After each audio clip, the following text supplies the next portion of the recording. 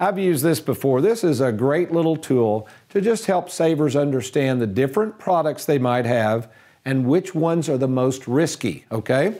So S stands for stocks, MF, mutual funds, VA would be variable annuities, and B would be bonds. So remember, these are on the growth side. However, anytime you hear the word growth, that means you're going to have to be willing to take some risk. So the farther out here you are, the more risky. The more you move in should be less risky. Now, the bonds are kind of difficult to understand because this past year, 2022, bonds plummeted in value. It was the first time that stocks and bonds had gone down that much at the same time. However, we still want to put bonds over here a little closer to the safety because a lot of bonds have held to maturity, are protected, government bonds are pretty safe, etc. But this is kind of how the growth/risk side works in terms of products. Now we come over to the safety side. Obviously, much less risk. Okay, sometimes there's absolutely no risk. C would be cash, which would be literally cash in your pocket. I don't think that's too risky unless you lose it or somebody conks you over the head and takes it from you, but cash is still king.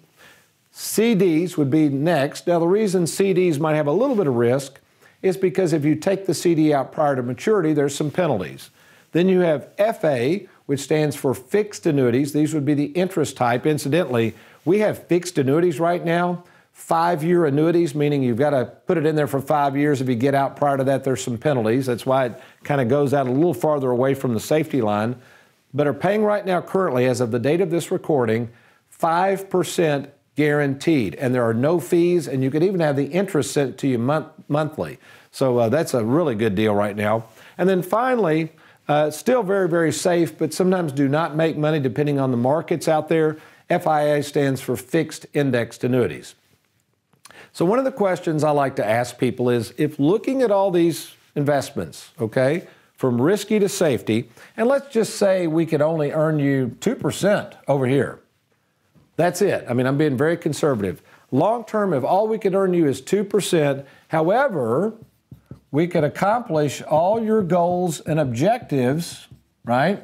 Very little risk or no risk, accomplish all your retirement goals. The question is, how much, if any, would you put over here? And this is where we're all different. See, this is the kind of questions any advisor should be asking, because some people might say, wait a minute, Tony, if you're telling me I can do everything I want to do over here, why in the world would I take risk? Now, there's some people that might say, Tony, I'm not willing to just average 2 or 3% or whatever you're talking about. I want to get higher returns and I'm willing to take risk. Put this up full screen, Aaron. This is why we have the split IRA, folks.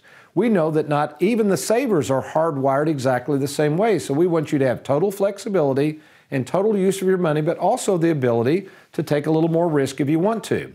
So if you don't have anything like this, why don't you do this right now? Why don't you log on to TonyWalkerFinancial.com. Let's talk by phone, set up that free fiduciary phone call, and then we will see if we can be of help to you in helping you be worry-free and working with somebody that will take an interest in you and your money. Thanks for watching. We hope you enjoyed that video. If you'd like, check out these other clips. And be sure to hit that like button and that subscribe button for more videos.